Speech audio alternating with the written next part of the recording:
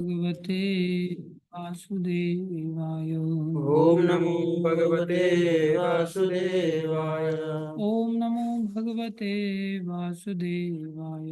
ओम नमो भगवते वासुदेवाय।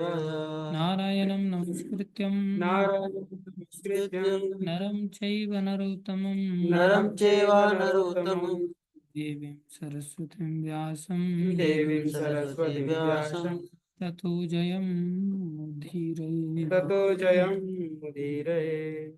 नष्टप्रायेषु भद्रेषु नष्टप्रायेषु भद्रेषु नित्यं भागवत सेवया नित्यं भगवत सेवया भगवति उत्तम श्लोके भगवते उत्तम श्लोके भक्तिर्भवति नैष्ठिकी। भक्तिर्भवति नैष्ठिकी। श्रीमद् भागवतम स्कंदो अध्याय 6 श्लोक संख्या 20।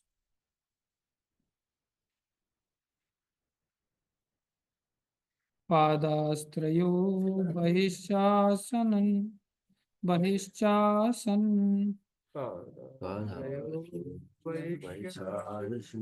प्रजानां यः आश्रमः प्रजानं यः आश्रमः अन्तस्त्रिलोकस्त्वपरो अन्तस्त्रिलोकस्य परो गृहमेधो अबृहद्व्रतः गृहमेधो अग्रव्रतः पादास्त्रयो बहिश्चासन् वैश्यासन् प्रजानां य आश्रमः प्रजानं यः आश्रमः अन्तस्त्रियलोक्यास्त्वपरो अन्तस्त्रियलोकस्य परो गृहमेधो अबृहद्व्रतः गृहमेधो अग्रव्रतः पादास्त्रयो बहिश्चासन् पादास्त्रयो वैश्यासन् प्रजानां य आश्रमः प्रजानां यः आश्रमः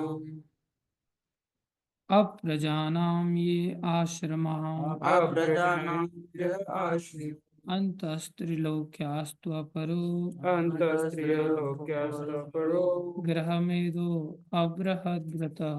गृहमेधो अग्रव्रतः।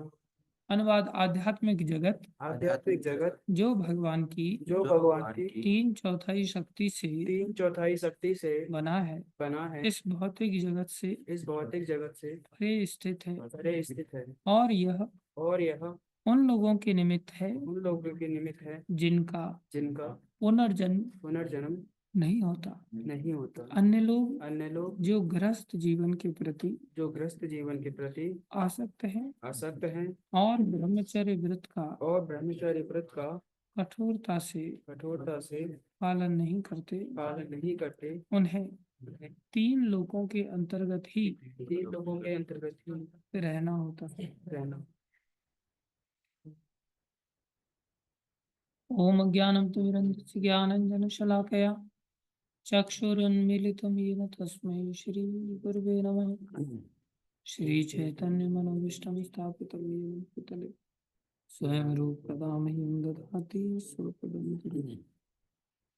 वन्देऽहं श्रीगुरु श्रीयुतापदकमलं श्रीगुरुन् वैष्णवांश श्रीरूपं साग्रजातं सहगना रघुनाथान्वितं तं सजीवं सान्द्वैतं सावधूतं परिजनसहितं कृष्णचैतन्यदेवं श्रीराधा कृष्णपादान् सहगना ललिता श्रीविशाखान्वितांश।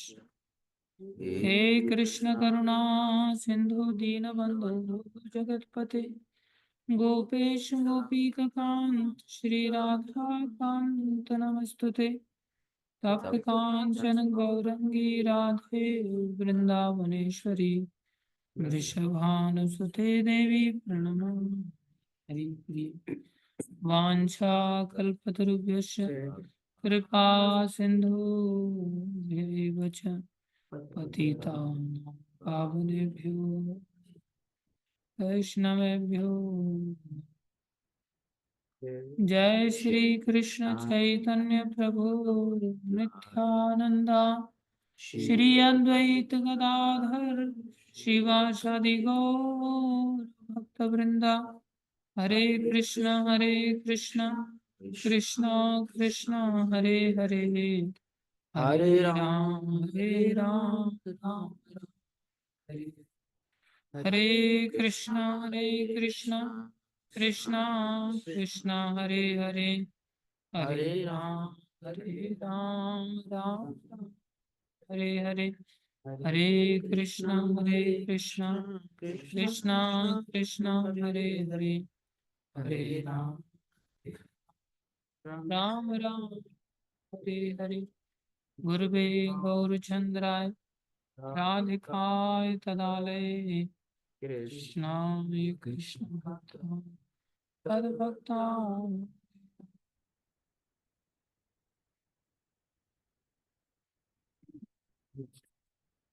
हरे कृष्ण। हरे कृष्ण। सभी का हार्दिक अभिनंदन स्वागत है। कल क्या बताया था गोपाल जी? आध्यात्मिक जगत जो भगवान की 3/4 शक्ति से बना है, वहाँ पुनर्जन्म नहीं होता। अच्छा, भगवान जी को चरणों से देखना चाहिए और गुरु जी को भी। हम्म, गुरु जी के आगे सोच समझ कर बोलना चाहिए या चुप ही रहना चाहिए। हम्म, मृत्यु अटल है, ध्रुव सत्य है। संसार में किसी भी परिस्थिति हो, मन को केंद्रित रखने, मन केंद्रित हो जाता है भक्ति से। मन आसक्ति के कारण इंद्रियों के अधीन हो जाता है। मन आसक्तियों का आसक्ति के कारण इंद्रियों के अधीन हो जाता है, वैसे मन श्रेष्ठ है। वेरी गुड, धन्यवाद आपका।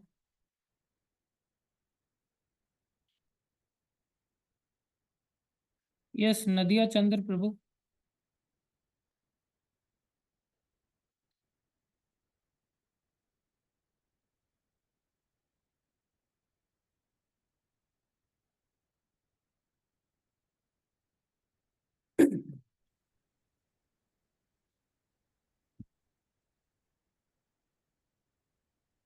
हरे कृष्णा। हरे कृष्ण प्रभु, प्रणाम चरण में कोटि कोटि। प्रणाम प्रभु, कैसे हैं? बस प्रभु, आपकी ये गुरु महाराज की सानिध्य में आया हूँ प्रभु जी। हाँ, पता चला मेरे को। हाँ प्रभु जी, मैं आपकी 3। जानकारी रखता हूँ। ओके प्रभु जी, ओके, प्रणाम प्रभु जी, चरणों में। बताइए बताइए, क्या सीखा कल? क्या प्रभु जी, सॉरी आवाज नहीं आ रहा। कल कुछ लिखा था क्या कल की क्लास में? नहीं, कल मैं नहीं था, आज ही पहले अभी अभी स्टार्ट किया प्रभु जी मैंने, अभी थोड़ा। अच्छा, चलो हाँ, ठीक है। कल मैं यहाँ पे डीटी वर्सी सेवा में था ना प्रभु जी, इसलिए मैं चलो, कोई बात नहीं। सॉरी, क्षमा कर देना प्रभु जी। कर दिया। Okay, thank you. Hare Krishna. Hare Krishna. Yes, Ashok प्रभु।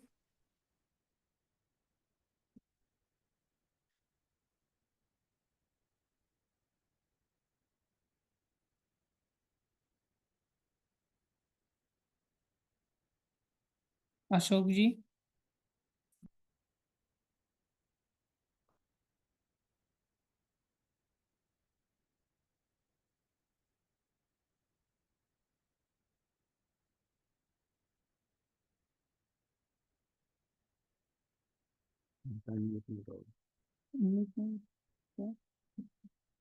चले गए लगता है, मोबाइल को जोड़ के। यस, राग मंजरी देवी दासी माता जी।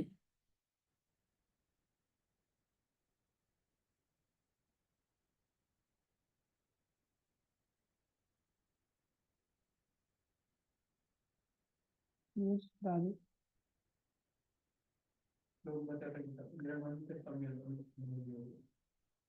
इंद्र के सामने विषय आते मन पीछे पीछे भागते हैं। उदाहरण दिया था, समोसे का सुगंध आता है तो हो जाता है। पहले भक्ति में मन लगना, भक्ति में वैसे दुख आता है, दुख नहीं, पता नहीं क्या तेरी डायरी है किसी और की डायरी है? उसका ऐसे उदाहरण दिया था, समोसे का फिर सुगंध आता है, फिर मन हो जाता है, फिर ऐसे भक्ति भी हो सकता है। माँ का, जब किसी का बच्चा मर जाता है या हस्बैंड।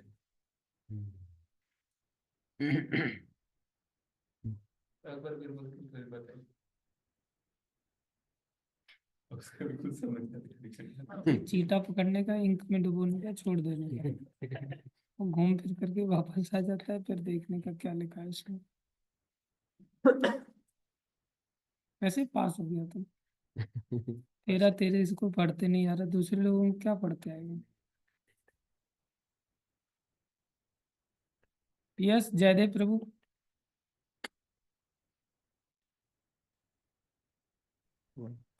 हरे कृष्णा प्रभु जी, दंडवत प्रणाम।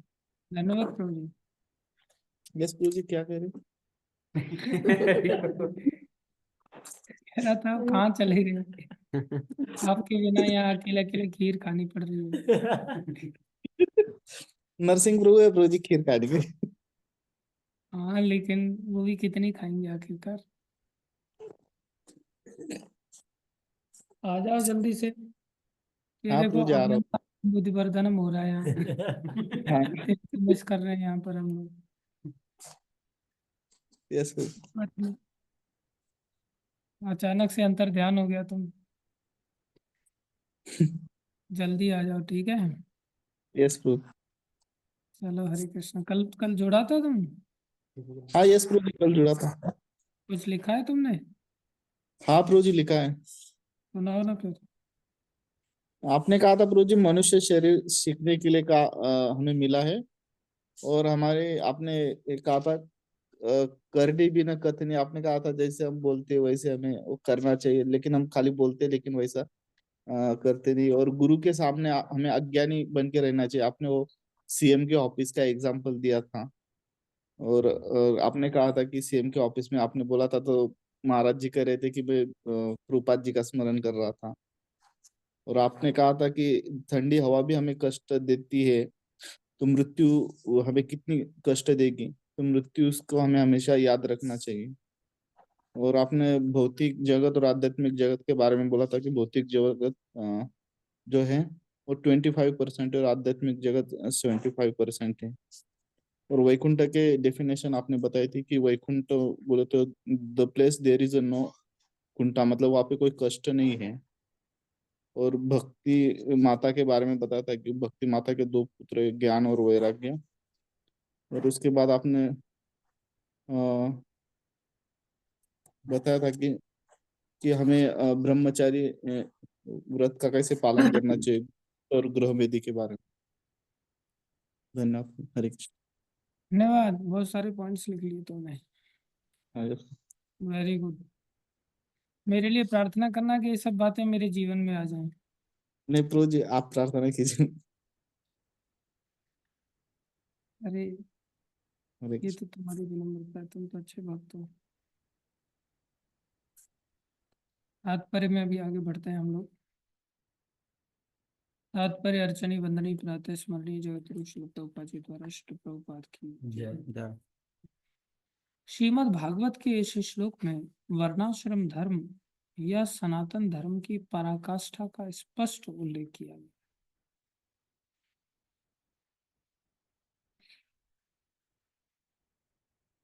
क्या है वर्णाश्रम धर्म की पराकाष्ठा? पराकाष्ठा मतलब सनातन धर्म, सनातन धर्म लोग चिल्लाते रहते हैं। सनातन धर्म की पराकाष्ठा क्या है? सनातन धर्म की हम रक्षा करेंगे और लोग तलवारबाजी निकाल करके दिखाते हैं, गदा दिखाते हैं, एक दूसरे लीडर्स को भेंट करते हैं, दर्शाते हैं कि हम देखो, ऐसे सनातन धर्म की रक्षा होती। क्या है सनातन धर्म और क्या है वर्णाश्रम धर्म? जो वर्ण और आश्रम बनाए गए हैं, क्या लक्ष्य है इन सब चीजों का? मनुष्य को जो सबसे बड़ा लाभ प्रदान किया जा सकता है वह उसे विषयी जीवन से विरक्त होने की शिक्षा देने का दान है। इतनी बड़ी बात। हमारी बुद्धि और शास्त्र दोनों कितने, हम अपने जीवन में झांक करके देखें तो कितनी उल्टी दिशा है। क्या कह रहे हैं? मनुष्य को जो सबसे बड़ा लाभ प्रदान किया जा सकता है, और हमको लगता है सबसे बड़ा लाभ है कि जीव को बढ़िया लड्डू मिल जाए, आंखों को बढ़िया दर्शन मिल जाएंगे, कानों को संसारी गाने को सुनने को मिल जाए। ये सबसे बड़ा लाभ समझते हैं हम सब। ऐसे ही प्रत्येक इंद्रिय को उसके विषय मिल जाना ही हम लाभ समझते हैं। और शास्त्र क्या कह रहा है, बोले सबसे बड़ा लाभ है, मनुष्य का जो सबसे बड़ा लाभ प्रदान किया जा सकता है वह उसे विषयी जीवन से विरक्त होने की शिक्षा देने का दान है। हम लोग कई बार दान धर्म करते हैं, किसी को पैसा धेला दे देते हैं। इतने सारे लोग सोचते हैं कि भाई शादी ब्याह करवाना कितना पुण्य का काम है। पुण्य का है भी, लेकिन उस दृष्टि को लोग समझ नहीं पाते। वो एक विवाह यज्ञ है। यज्ञ मतलब भगवान का प्रसन्नता के लिए कोई भी कार्य किया जाए, लेकिन संसार में जीव नहीं समझ सकता। जैसे गोपियों का जीवन चरित्र अगर देखें तो गोपियों को भगवान ने सर्वोत्तम क्यों कहा, जबकि संसार में विरक्त लोग, साधु लोग, तपस्वी लोग, उनको सर्वोत्तम कहना चाहिए, लेकिन गोपियों को सर्वोत्तम कहा।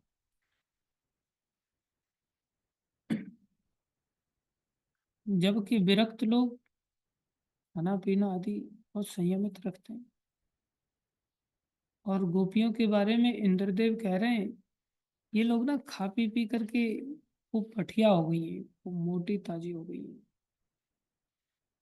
इन लोगों के अंदर कुछ ज्यादा ही अब चर्बी चढ़ गई है, इसलिए। और ये गाय का दूध पी करके, गाय का दही खा करके, गाय का मक्खन खा करके, घी दूध आदि खा खा करके ऐसे हो गए। इसलिए ना तो कोई ब्रज की गाय तो दूर की बात, ब्रज का कोई बछड़ा भी नहीं बचना चाहिए। ऐसी वर्षा करो, सामर्थक बादलों को ऐसा आदेश दिया। बोले जब गाय बछड़े भी नहीं बचेंगे तो इन जीवों में से, गोपियों में से, ग्वाल बालों में से कौन बचेगा? ऐसा भगवान यहाँ देवराज इंद्र कहते हैं कि इन लोगों का शरीर है ना काफी पुष्ट हो गया है,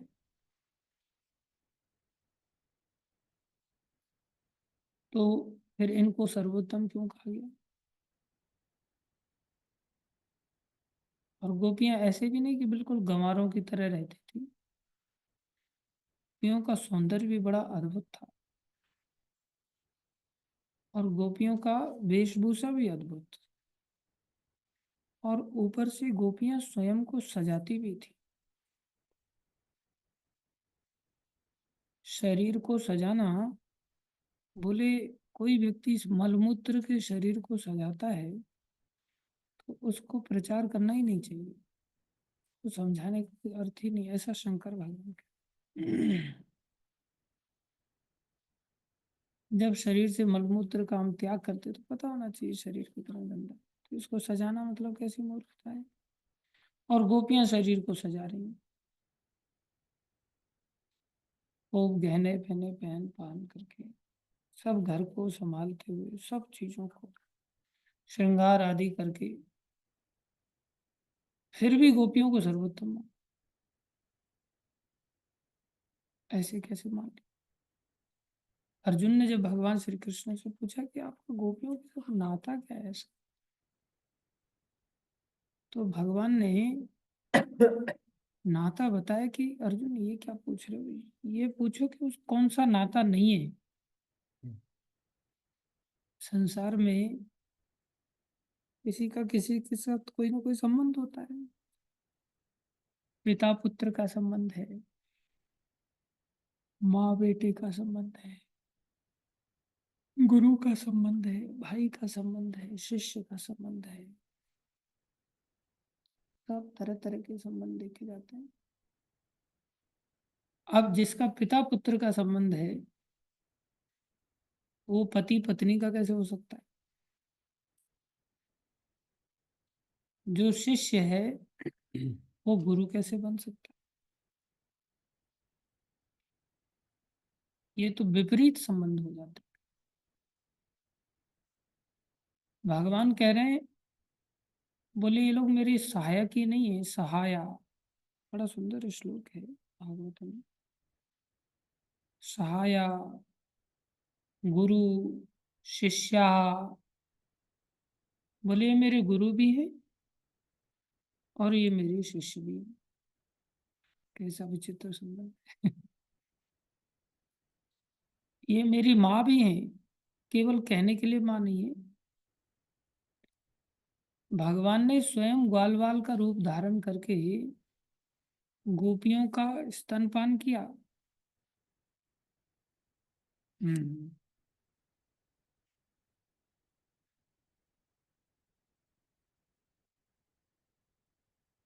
ये नहीं, सहाया डालता। तो जब माँ की तरह उनका स्तनपान किया तो माँ बनाया उनको भगवान ने, केवल शब्दों से थोड़ी बोला। उनकी भी इच्छा थी कि काश ये हमारे पुत्र होते, जैसे यशोदा मैया इनका सुख पा रही हैं, हम भी ऐसा सुख पाते। भगवान ने उनकी इच्छा की।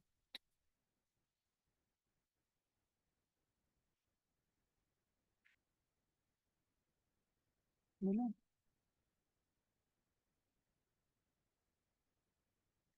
इसमें कहाँ है सहाया। देखना चाहिए। कि गुरु न सस्यात् स्वजनो न सस्यात्।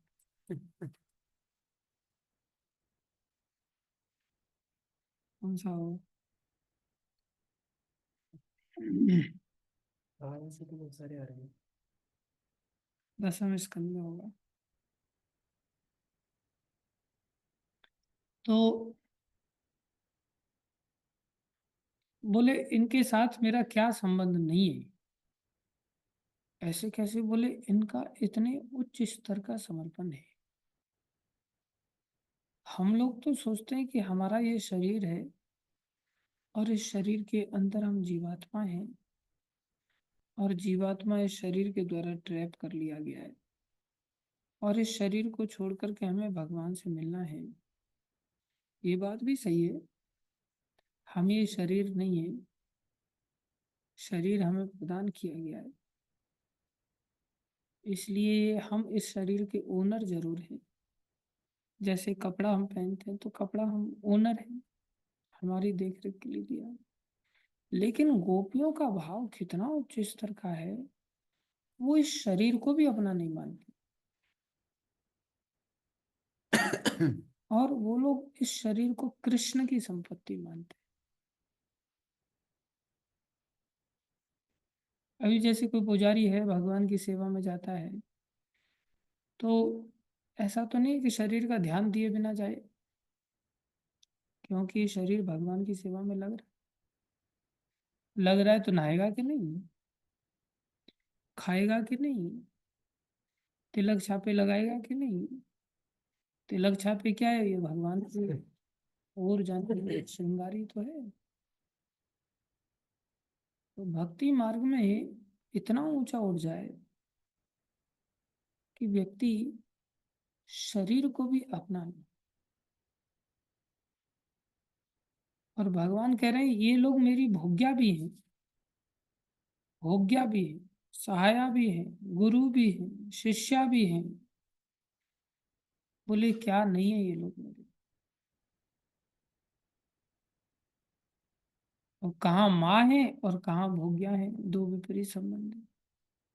कहाँ गुरु है और कहाँ शिष्य भी है, दो विपरीत संबंध है। ये उनके समर्पण के कारण है। गोपियों का इतना ऊंचा सरेंडर कि अब वो कृष्ण की संपत्ति को बोले ऐसे कैसे छोड़ दें। कृष्ण की संपत्ति को खूब पुष्ट करेंगे, खूब घी खिलाएंगे, खूब मक्खन खिलाएंगे, दूध पिलाएंगे, इसका ध्यान। अब जब गुरु बन जाते हैं, गुरुजन जो भगवान के शरणागत हो जाते हैं, पूरी तरह से उनका जीवन समर्पित हो जाता है, उनको सब चीजें अधिकार दे दिए जाते हैं कि नहीं दे दिए जाते? क्यों अधिकार दिए जाते हैं उनको? उनकी शरणागति, क्योंकि उनका एक एक क्षण भगवान की सेवा के लिए। एक प्रभु जी, उनकी सेवा में एक भक्त लोग गए, तो थोड़े से स्वस्थ में इतने ठीक नहीं थे, तो उनको प्रोटीन की जरूरत थी। भक्त लोग तो कई बार ज्यादा ही रूखे सूखे हो जाते हैं ना, तो उनको वो लोग टिफिन पहुंचाते थे वृंदावन में। भक्त लोग सिंपल लौकी की सब्जी, पत्ता गोभी सब्जी, गंगा फल की सब्जी, गिनी चुनी सब्जियां होती तो उनको लेकर के चले जाते।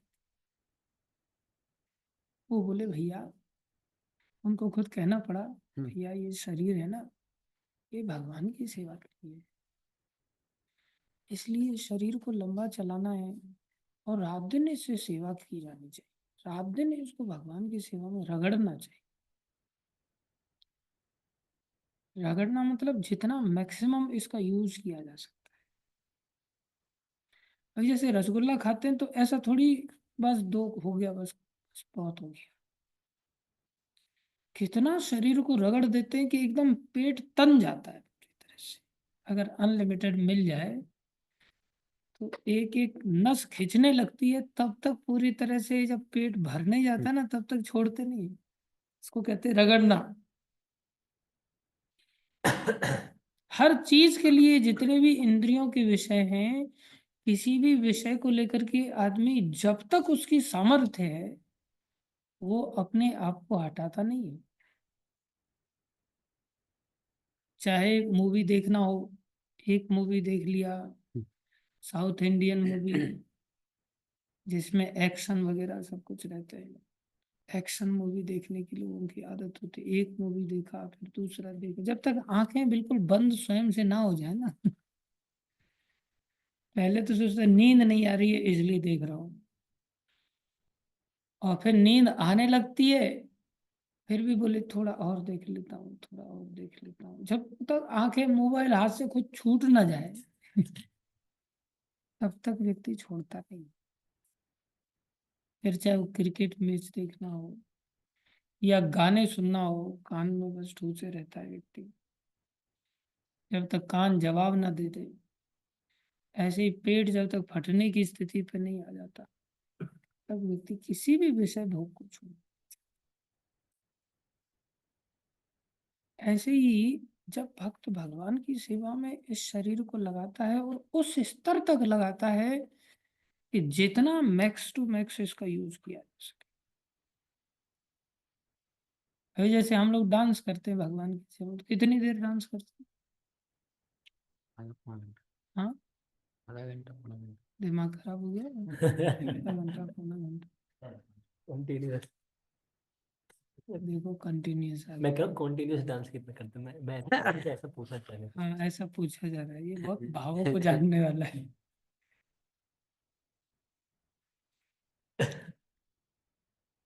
सुबह में तो हम मंगल आरती स्लो ट्यून में गाते हैं ना, तो 15 मिनट तो वो स्लो ट्यून ही चलता है, संसार गावा नहीं चलता। और उसके बाद फिर आप लोग डांस चालू करते हो, उसमें भी कंटिन्यूस कितनी देर डांस करते हो? जितनी देर में गा रहा होता हूँ माइक में उतनी देर डांस करते हो। नहीं, जितना आप पीछे बोलते हैं। मैं वही तो कह रहा हूँ, जितनी देर में गा रहा होता हूँ माइक में, फिर जैसे ही मेरा महामंत्र खत्म होता है, फिर पीछे मुड़ के देखते हो, तब चालू करते हो। उसके बाद तो सामने होते ही फिर एकदम से खड़े हो जाते हैं। गोपियां और कोई कोई तो एकदम गज गोपाल प्रभु का आश्रय लेता है, क्योंकि उनका शरीर थोड़ा लंबा है, उनके पीछे जाकर गोपियों के बारे में वर्णन आता है, वो भी भगवान के लिए नृत्य करती हैं। एक दिशा नहीं, 10 दिशाओं में नृत्य, 10 दिशाओं में नृत्य। हम लोग तो दिशाओं से भागते हैं, हम कैसे उत्तम बन जाएंगे। और हर क्षण को यूज करना चाहते हैं, शरीर को पूरी तरह से लगा देना चाहते हैं। कोई कहे 10 दिशाओं में कैसे यूज करते हैं? 4 दिशाएं तो होती हैं, 4 दिशाओं के 4 बीच के कौन होते हैं? 8 दिशाएं हो जाती हैं, एक ऊपर और एक नीचे की दिशा। बोले ऊपर गिरिराज जी पर चढ़ करके नृत्य करती हैं और नीचे यमुना जी की तलहटी में जाकर के दसों दिशाओं में। ऐसा गोपियों का समर्पण नहीं। वास्तव में वो लोग भूल ही जाते हैं कि हम ये शरीर हैं, इतने घुस जाते, उनको होश ही नहीं रहता कि हमारा ये शरीर अलग से कुछ है।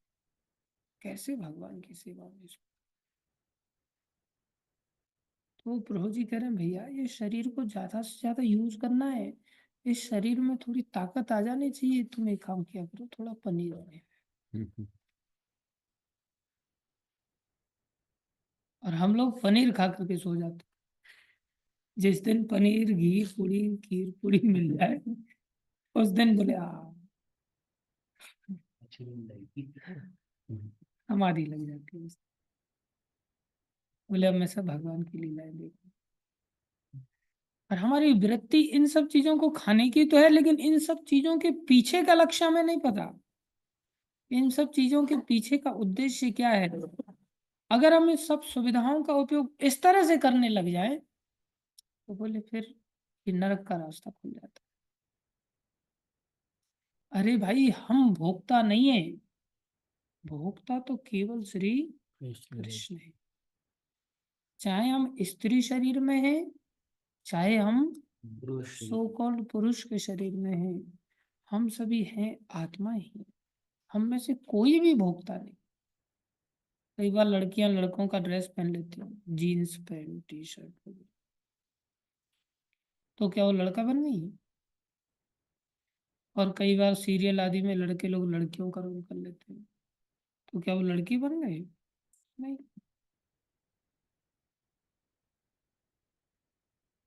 ऐसे ही हम लोगों ने, किसी ने आत्मा होते हुए पुरुष का ड्रेस पहना हुआ है, किसी ने स्त्री का ड्रेस पहना हुआ है, लेकिन दोनों ही अपने आप में भोक्ता समझ रहे हैं। और दोनों में से कोई भोक्ता नहीं है, दोनों ही भोग्या हैं। किसके द्वारा। श्री कृष्ण की। तभी हम वास्तव में सुख का अनुभव कर सकते। अन्यथा सुख का अनुभव झूठा है, पुरुष के लिए भी भोक्ता बन करके और स्त्री के लिए भी। तो कृष्ण कहते हैं ये लोग मेरी शिष्या भी हैं, मेरे गुरु भी हैं, मेरी माँ भी हैं और मेरी भोग्या भी हैं। भगवान के प्रति उनका इस स्तर का समर्पण है, हर चीज को भगवान की सेवा में लगा। और हम संसार में अगर भोक्ता बन गए, गुरु बन करके भी भोक्ता बन गए, तो गड़बड़ हो जाएगा। कोई सोचे अब तो मैं गुरु बन गया। गुरु बन गए तो गुरु भगवान के प्रतिनिधि मात्र हैं। गुरु महाराज कभी भी गुरु की महिमा जब सुनाते हैं तो कहते हैं गुरु एक छोटा सा प्रतिनिधि होता है। छोटा सा बोलते हैं, अपने आप को, क्यों गुरु है ना वो, अपने आप को भोक्ता नहीं बनाते, छोटा सा प्रतिनिधि जो मर्यादाओं के अंतर्गत अपने आप को भगवान का प्रतिनिधित्व करके जीता है, मर्यादाओं के अंतर्गत। जैसे कोई व्यक्ति किसी से उधार ले लेता है तो बाप अपने पुत्र को चिट्ठी लिख करके दे देता है कि इस व्यक्ति को मेरे से आप अलग मत समझना, और इसको जो पैसा आपने लिया था मेरे से, मेरे पुत्र को दे दो। तो पुत्र क्या बन गया। प्रतिनिधि। पुत्र बन गया पिता। पुत्र बन गया पिता एक प्रकार से, लेकिन छोटा पिता, मूल पिता नहीं बन जाएगा। ये नहीं कि घर पे आकर के आप अपनी माँ को कहे अब तो मैं पिता बन गया, नहीं। दूसरे जीवों को कृष्ण की शरण में लाने के लिए अपने आप को प्रस्तुत करता है कि मैं कृष्ण के वचनों को दोहराऊंगा, और वचनों को दोहरा करके आप लोगों ने जो कृष्ण अभी परोक्ष वस्तु बने हुए हैं, आप इन वचनों को श्रवण करके उनको जब चल पड़ोगे। अब वचनों को श्रवण करने के लिए कोई प्रत्यक्ष चाहिए, परोक्ष शब्द हमारे चित्त पर इतना असर तो करते नहीं। अभी श्लोक तो है ही, हम सब पढ़ते ही हैं, लेकिन फिर भी कोई व्यक्ति लगता है ना। अभी ऑनलाइन भी आप देखें तो कितने सारे स्पीकर अवेलेबल हैं। भौतिक पढ़ाई लिखाई के लिए भी देखें तो आईआईटी के जो लेक्चरर हैं उन लोगों ने भी लेक्चर्स दिए हैं, वो भी लेक्चर ऑनलाइन आप लोगों के लिए अवेलेबल है। फिर भी हम स्कूल कॉलेजों में कोई ना कोई टीचर अपॉइंट क्यों किया जाता है? उसी को सुन करके कार्य करें। बोले प्रत्यक्ष भी लगता है, प्रत्यक्ष हो सकता है इतना श्रेष्ठ ना हो, लेकिन फिर भी प्रत्यक्ष सामने होना चाहिए, क्योंकि हम पशु हैं। पश्यति इति पशु, पश्यति मतलब जो देखता है सामने, उसको पशु कहते हैं। सामने देख करके ही जो जीवन जीता है, इसलिए उसको पशु कहते हैं। दूर का नहीं देख सकता। दूर का देखने के लिए उसको क्षमता विकसित करनी पड़ती। जब तक हम स्कूल कॉलेजों में नहीं पढ़ते, कौन सी घटना किस फिजिक्स के लॉ या केमिस्ट्री के लॉ के कारण हो रही है हमें नहीं पता चलता। पढ़ते हैं तब दूर का देख पाते हैं कि हर चीज भाई जमीन पे क्यों गिर रही है, उससे पहले केवल गिर रही है इतना दिखाई दो। इसलिए भगवान शंकर को पशुपति कहा गया। वो सब हमारे जैसे पशुओं के पति हैं। इसलिए शंकर भगवान जैसे महाभागवत वैष्णवों के द्वारा हमें प्रत्यक्ष रूप से ये शिक्षा दी जाती है परंपरा के द्वारा।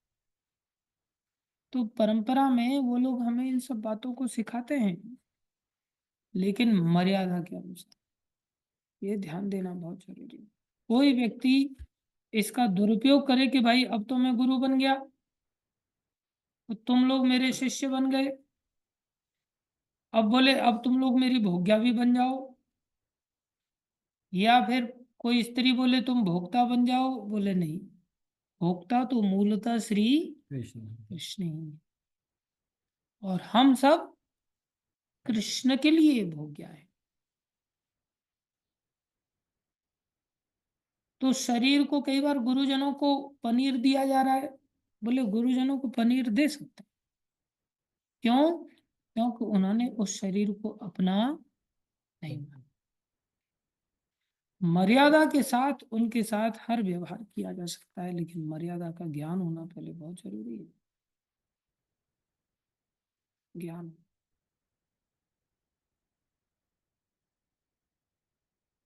अभी जैसे जगाई मदाई है, महाप्रभु भक्त अवतार के रूप में आए हैं, तो जगाई मदाई को महाप्रभु ने एक बार कृपा तो कर ही दिया, लेकिन कृपा के साथ साथ जब उन्होंने उनका आलिंगन किया तो महाप्रभु का शरीर काला पड़ गया। महाप्रभु का शरीर हाँ। काला। उस आलिंगन में क्या अद्भुतता थी कि सारे पाप कर्म उन्होंने, सारे पाप कर्म,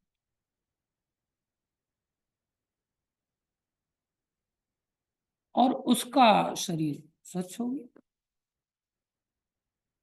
हम गुरु महाराज के साथ थे, अचानक से महाराज को हमने किसी व्यक्ति से मिलाया, और वो व्यक्ति थोड़े से हम महाराज के साथ, मतलब महाराज की उम्र के थे, तो उनको इतना सेंस नहीं था, तो वो महाराज से एकदम गले मिलने चल पड़े। तो फिर महाराज भी वैष्णवता के कारण, फिर उदारता के कारण महाराज भी उनसे गले मिल लिए, और फिर महाराज बीमार हो गए।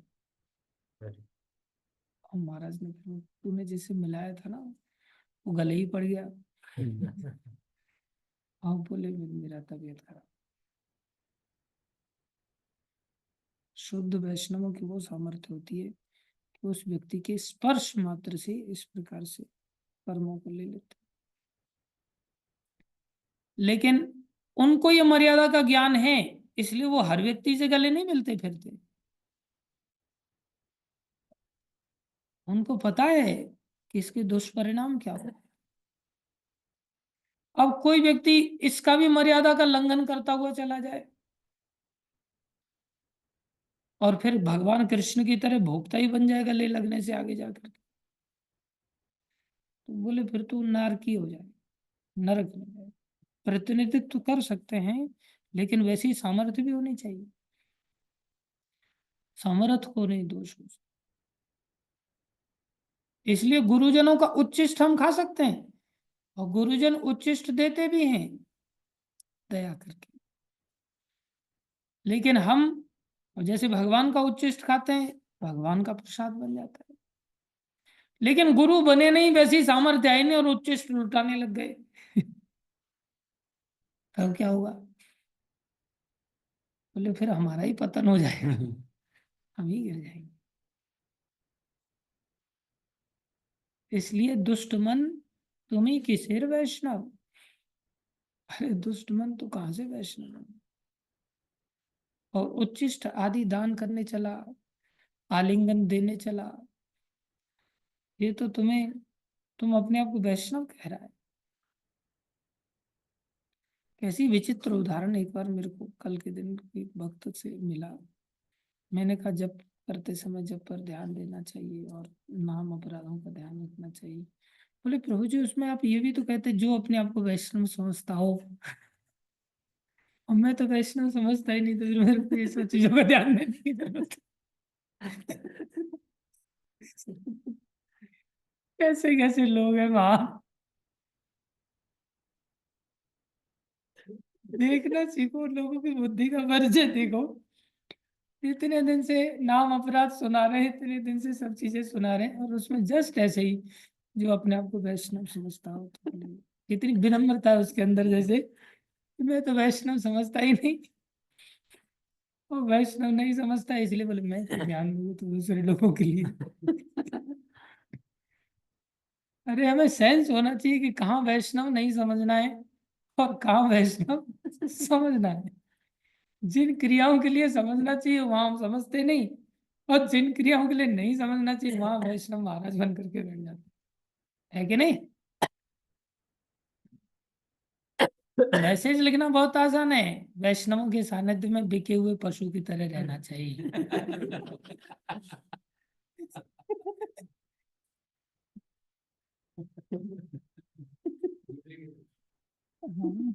गुरु वैष्णव के सानिध्य में, गुरुजनों के सानिध्य में। गुरु जी ऐसा कहते हैं किसके लिए बोला जा रहा है? ऐसा दूसरों को सिखाने के लिए ना। मैसेज लिख दिया, लिखने वाला भी तो गुरु जी के वचनों को याद रख कर के मैसेज लिखेगा ना।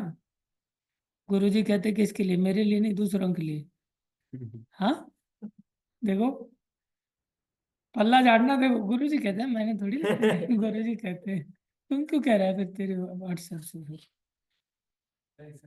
हाँ ऐसा रहना चाहिए, शिक्षा दे रहा है ना, खुद के लिए बोल रहा था। खुद के लिए किसको बोलना? खुद के लिए तो फिर मैसेज लिखने की क्या जरूरत है? कितने देखो वाक पटुता देखो, स्वीकार नहीं करेगा जब तक घेर घेर के मारा नहीं जाएगा। इतना शास्त्रज्ञ हो गया।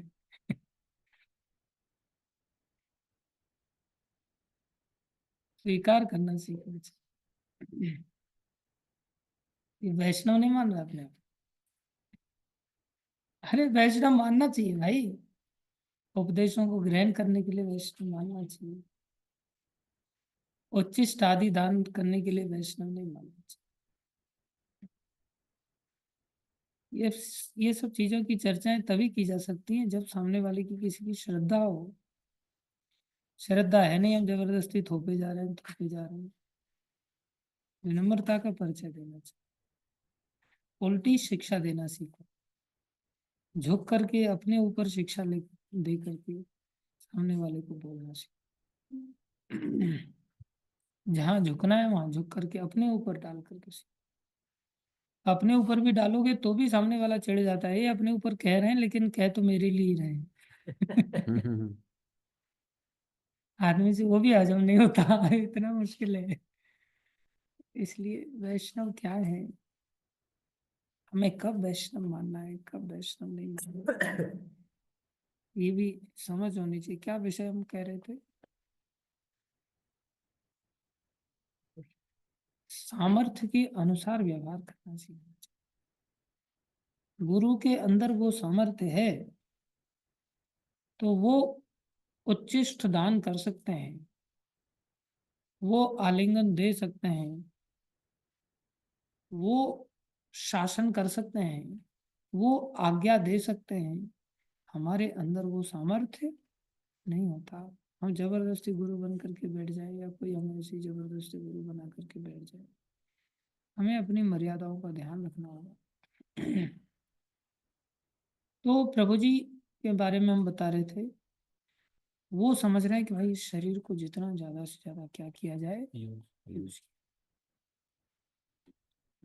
कृष्ण के लिए जब यूज किया जाए तो इससे क्या होता है, व्यक्ति सर्वोत्तम बन जाता है।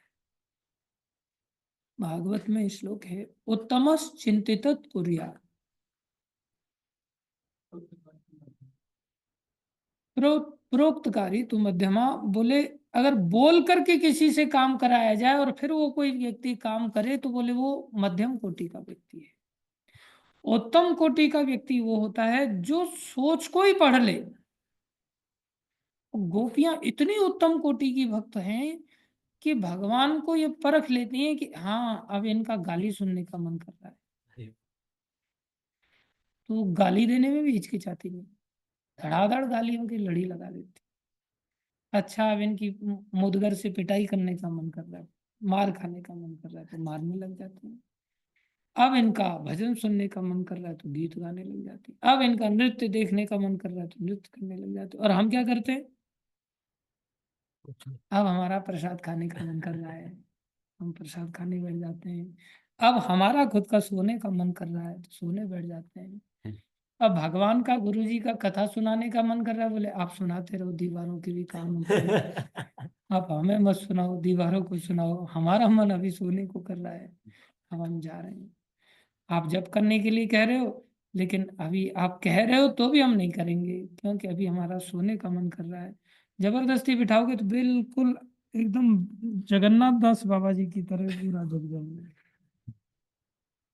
जगन्नाथ दास बाबा जी बन करके हम जप करेंगे। हम लोग हमारे मन के अनुसार, हर चीज को हमारा मन क्या कर रहा है, हमारा मन क्या कर रहा है। ये मन बड़ा प्रभु जी दुष्ट है, ये मन बड़ा दुष्ट है। इसलिए हम समझ ही नहीं पाते कि श्रृंगार का महत्व क्या है, समझ ही नहीं पाते भोजन का महत्व क्या है, समझ ही नहीं पाते मकान दुकान का महत्व क्या है, समझ ही नहीं पाते पैसे धेले का महत्व क्या है, समझ ही नहीं सकते विवाह यज्ञ का महत्व क्या है। वर्णाश्रम धर्म जिसमें 4 वर्ण और 4 आश्रम आते हैं, लेकिन समझ ही नहीं पाते ब्रह्मचर्य जीवन का महत्व क्या है, गृहस्थ जीवन का महत्व क्या है, वानप्रस्थ जीवन का लक्ष्य क्या है, संन्यास जीवन का लक्ष्य क्या है। जैसे हमने मायापुर की घटना बताई थी, एक व्यक्ति था, वो रात को आकर के पैंट और टी शर्ट पहन लेता था, नेकर और टी शर्ट, और सुबह सुबह उठ करके सैफरन पहन करके घूमता था। बोले उससे क्या हो जाता था, मायापुर मंदिर में आसानी से उसको ब्रह्मचारी हॉल में घुसने को मिलता था, वहां पे खूब रोटी पानी खा पी करके वापस आ जाता था। वृंदावन में कितने सारे लोग ऐसे साधु बन करके जीवन जीते हैं, रोटी मिलना आसान हो जाता है।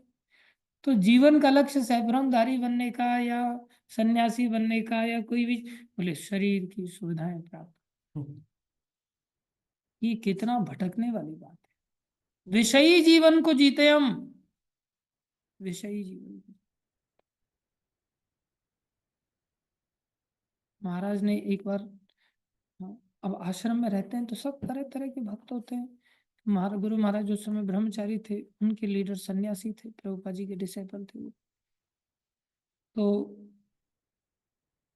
लाइफ मेंबर बनाए जाते हैं भक्ति मार्ग में, जिससे कि मंदिर में कुछ लक्ष्मी की आवश्यकता हो तो आपूर्ति की जा सके, या व्यक्ति को भी जुड़ने का अवसर मिलता है। वो वित्त जा सेवा भगवान के लिए करता है, धन कमा रहा है, शरीर नहीं दे पा रहा है, मन को नहीं दे पा रहा है, तो कम से कम धन को थोड़ा सा दे पाता है, उससे व्यक्ति थोड़ा कनेक्ट होता है। तो ये भी एक उद्देश्य होता है।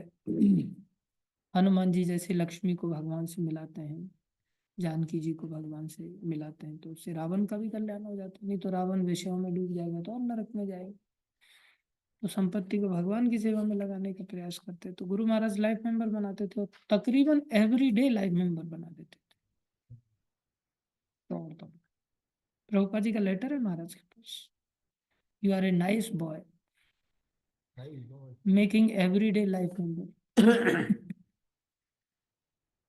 प्रभुपाद जी लिख रहे हैं सर, बुक डिस्ट्रीब्यूशन करते थे और अपने पास कुछ नहीं रखते थे ब्रह्मचारी जी। उस समय, पुराने समय में बॉक्स जैसे आजकल हम सूटकेस वगैरह रखते हैं ना, उस समय में वो पतरे का बॉक्स आता था, उसमें कपड़े फपड़े सब रखते थे, तो रखते थे उस समय। तो जो सन्यासी थे जब लाइफ मेंबर बनाने के लिए गए तो बाहर के लोगों को पता चलता है कि कौन कहाँ है, क्या है, किसके संपर्क में। तो एक व्यक्ति का होटल था तो उसके पास चले गए गुरु महाराज। तो होटल वाला कहता है कि आपके मंदिर के एक सन्यासी व्यक्ति तो हमारे यहाँ आए दिन होटल में आते रहते, होटल में ही रात गुजारते। तो गुरु महाराज को बड़ा अजीब लगा, होटल में रात फोकट में तो गुजारने कोई देता नहीं, फोकट में भी गुजारने दे तो भी नहीं रहना चाहिए। सन्यासी जीवन का एक अपना धर्म होता है, अपनी क्रियाएं होती हैं, जीवन शैली अलग होती है। गुरु महाराज को हमने बढ़िया होटल का बोले हम यहाँ नहीं रहेंगे, लगे तो किसी घर पे रहेंगे लेकिन यहाँ नहीं रहेंगे। होटल का वातावरण अपने आप में भोग का वातावरण होता है, वो अच्छा नहीं होता। तो उन्होंने वो तो होटल, तो महाराज को बड़ा शौक लगा, सन्यासी होकर के होटल में तो नहीं रहना चाहिए। तो आए बड़ी विनम्रता से महाराज ने कहा, महाराज आप होटल में रहते हैं? कौन कहता है? बोले वो लाइफ मेंबर कह रहा है। बोले लाइफ मेंबर मतलब पैसा देना और उसको किताबें पकड़ा देना, this is the life member. वो कौन होता है मेरे बारे में बोलना या हमारे बारे में बोलना? हमें उन लोगों से ज्यादा संबंध नहीं रखना चाहिए। तो महाराज ने बोला लेकिन सन्यासी को तो होटल में नहीं रहना चाहिए। जोर से थप्पड़ मारा उसने महाराज को। फिर महाराज ने प्रभुपाद जी को लेटर लिखा और वो व्यक्ति ने भी, वो सन्यासी जी ने भी प्रभुपाद जी को लेटर लिखा महाराज की बुराई करते हुए। और फिर उसने अपनी टीम, क्योंकि जो लीडर रहता है उसके तो सब अनुयायी बन जाते हैं ना, तो उन्होंने अपनी टीम लगा कर बोले तू पहले तेरा बक्सा चेक करा, तेरे पास क्या क्या संग्रह है। तुम लाइफ मेंबर बनाते हो, तुम जरूर पैसा दबा के रखे होंगे तुम। और बक्सा खोला गया, उसमें फूटी कौड़ी नहीं मिली। फिर प्रभुपाद जी ने लेटर लिख लिख करके भेजे, लेकिन सामने लोग होते हैं तो कई बार, प्रभुपाद जी जब सामने थे तो बहुत सारे लोग प्रभुपाद जी को भी इतना महत्व नहीं देते थे। तो प्रभुपाद संसार से चले गए, जब कोई चीज नहीं होती तब हम बहुत महत्व देने का प्रयास करते, सामने साधु संतों को कोई बहुत ज्यादा महत्व नहीं देता। तो प्रभुपाद जी ने लेटर उनके लिए भी लिखा और लेटर गुरु जी के लिए भी लिखा। और गुरु जी का इतना सम्मान गुरु जी वो सन्यासी के प्रति, बोले आपने मेरे को थप्पड़ मारा है, मैं भी प्रभुपाद जी का ही शिष्य हूँ, आप भी मेरे गुरु महाराज के शिष्य हैं, चाहूँ तो मैं भी आपको पलट के थप्पड़ मार सकता हूँ, लेकिन मैं ऐसा करूंगा नहीं क्योंकि आप मेरे गुरु के शिष्य हैं। ऐसा करने पर मेरे गुरुदेव का अपमान है। हरि बोल। उन्होंने ऐसा नहीं किया। और प्रभुपाद जी ने जब लेटर लिखा तो बोले तुमने ऐसा नहीं करना चाहिए, सन्यासी के लिए लेटर। तो प्रभुपाद जी के सारे लेटर उसने ऐसे गोल गोल करके डस्टबिन में फेंक दिए, क्योंकि प्रभुपाद डांट लगा रहे थे एक प्रकार से। और प्रभुपाद जी ने गुरु जी को भी लेटर लिखा, सहनशील होना चाहिए ऐसा वैसा। तो प्रभुपाद जी का लेटर गुरु जी ने संभाल के रखा। और डस्टबिन साफ सफाई करते थे गुरु महाराज, तो उन्होंने ब्रह्मचारी जीवन में देखा, अरे ये तो लेटर प्रभुपाद जी के लिखे हुए हैं। उन्होंने सारे लेटर उसमें से निकाल करके संभाल के रख लिए। अभी भी गुरु महाराज के पास वो संभाल, दिखाते नहीं किसी को। किसी किसी को दिखा देते हैं जिनका वो विश्वास पात्र है। मैं तो विश्वास पात्र बन नहीं पाया, मैं तो नहीं देख पाया, लेकिन गुरु महाराज अपने मुख से सब बोलते हैं। तो हम ये बता रहे थे कि जब हम आश्रम की जीवन शैली को जीते हैं तो कई बार हम मीनिंग्स को भूल जाते हैं कि सन्यासी हम किस लिए बने हैं, हम प्रेसिडेंट किस लिए बने हैं, टेम्पल मैनेजर किस लिए बने हैं, टेम्पल इंचार्ज किस लिए बने हैं, और उस आज़ादी का दुरुपयोग करते हैं।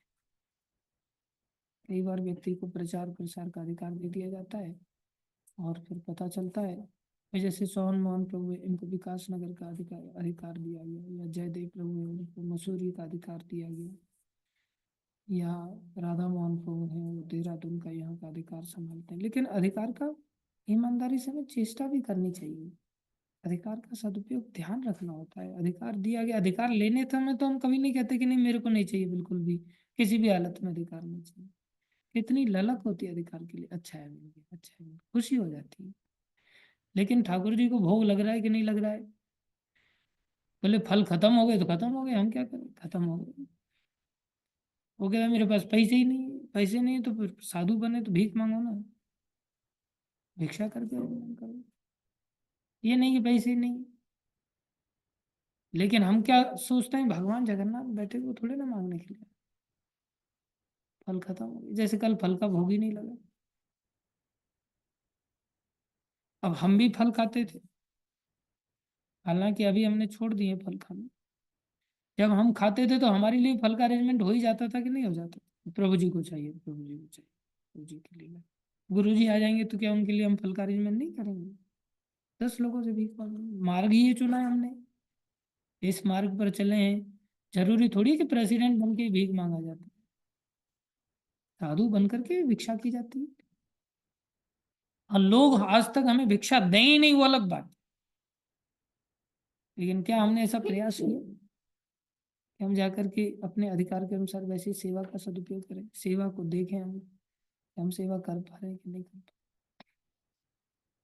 करने की पूरी चेष्टा करनी पड़ती। अपनी अपनी जिम्मेदारियों को व्यक्तियों को समझना चाहिए। ब्रह्मचारी हूँ मैं गुरु हूँ, मेरी जिम्मेदारी क्या है, ब्रह्मचारी की जिम्मेदारी क्या है, सन्यासी की जिम्मेदारी क्या है, गृहस्थ आश्रम की गृहस्थी की जिम्मेदारी क्या है। सबको अपनी जिम्मेदारी समझना चाहिए, उसके लिए दौड़ भाग किया जाता है। अब सोहन मोहन प्रभु हैं, वहां से अगर मान लो विकास नगर से चले, मैं प्रचार करने के लिए जा रहा हूँ, और कहाँ जा रहे हैं प्रचार करने के लिए? देहरादून में बेस खोल रहे हैं, और देहरादून में पहुंचे ही नहीं।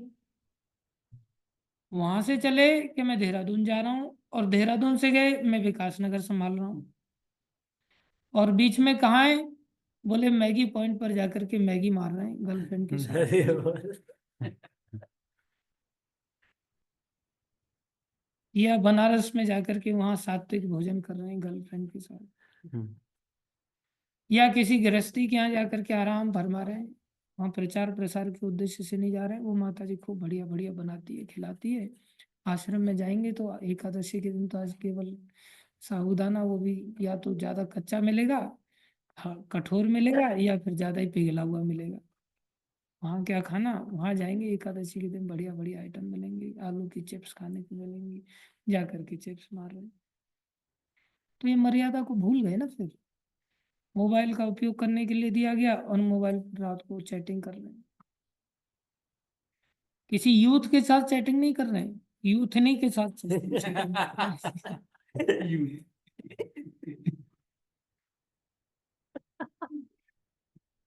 तो बुरा नहीं मानना, तेरे ऊपर मतलब मैं लाख प्रयास करूंगा तो बुरा मत मान, लेकिन फिर भी बुरा लगेगा अगर तुम ऐसा होगा तो। ये तो सच है ना। अभी मैं लाख प्रयास करूं इसको कि इसको बुरा ना लगे, लेकिन इसको बुरा लगेगा अगर ये ऐसा करेगा। हर व्यक्ति को बुरा लगता है, हृदय में तो हथौड़ा लगता ही है ना। हृदय में हथौड़ा लग, जहां भी हम डेविएट होंगे, चाहे 1% हो, अंदर तो खटकेगा। और खटकाने के लिए ये शास्त्र है।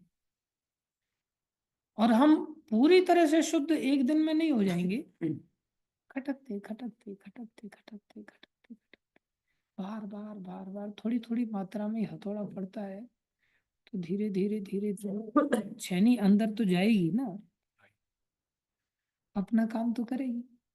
और जैसे दिनेश प्रभु हैं, इनको इंचार्ज बनाया जा रहा है। हरी बोल। तो क्या आप सेवक बनना चाहते हैं? हाँ, सेवक को आज्ञा दी जा रही है, हरी बोल। इंचार्ज बनने की आज्ञा दी जा रही है। तो आप वो सेवा करेंगे कि नहीं करेंगे? फिर सेवा में चॉइस नहीं होती। सेवक का काम है जो सेवा दी जाए करना है। अपनी आपकी ललक होती, आप खुद से बोलते तो अलग बात थी, लेकिन आपकी ललक नहीं है, आप इंचार्ज थोड़ी बनना चाहते। सेवा करना, सेवा के लिए ही तो आए। आए किस लिए? रोटी तोड़ने थोड़ी आए। किस लिए आए? सेवा के लिए आए। ब्रह्मचारी जीवन में जैसी सेवा दी जाए, लीडरशिप भी एक सेवा है, सेवा करनी होती। तो यहाँ पर उद्देश्य गृहस्थ जीवन का भी विषयों से बाहर निकलना। तो ब्रह्मचारी जीवन का विषयी जीवन में कैसे जिया जा सकता है? सन्यासी जीवन में कैसे विषयी जीवन जिया जा सकता है? गुरु बन करके कैसे भोक्ता बन करके जीवन जिया जा सकता है? फिर भी गुरु भोक्ता बनते हुए दिखाई देते हैं मर्यादा के अंतर्गत, क्योंकि उनका उस स्तर का संबंध।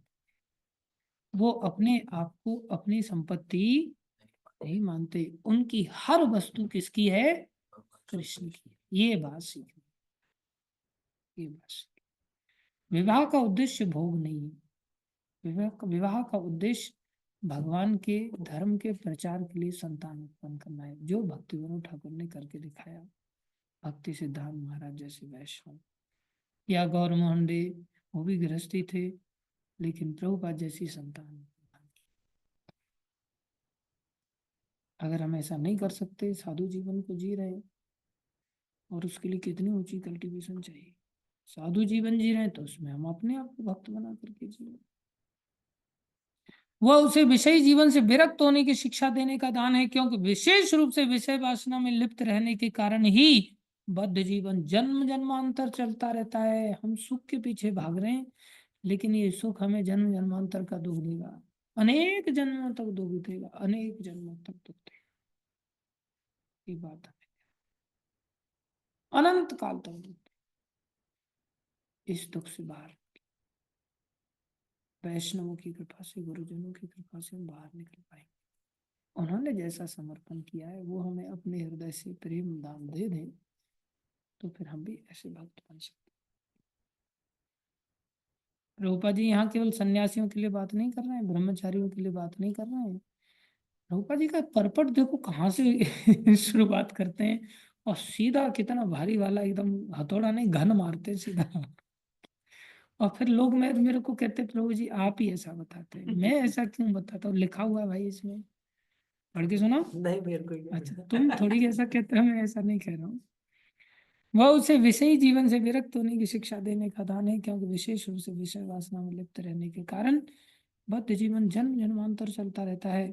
जिस मानवीय सभ्यता में विषयी जीवन पर कोई नियंत्रण नहीं होता, विदेशी लोग ऐसा ही रखते हैं, वहां की सभ्यता ऐसी है, कोई नियंत्रण ही नहीं। जिस मानवीय सभ्यता में विषयी जीवन पर कोई नियंत्रण नहीं होता, वो चतुर्थ कोटि की सभ्यता है।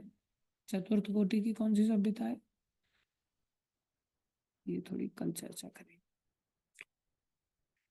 धन्यवाद सभी को। भागवत महापुराण की जय, श्रील प्रभुपाद की जय, श्री गुरु महाराज की जय, अनंत वैष्णव वृंद की जय, आप सब भक्तों की जय।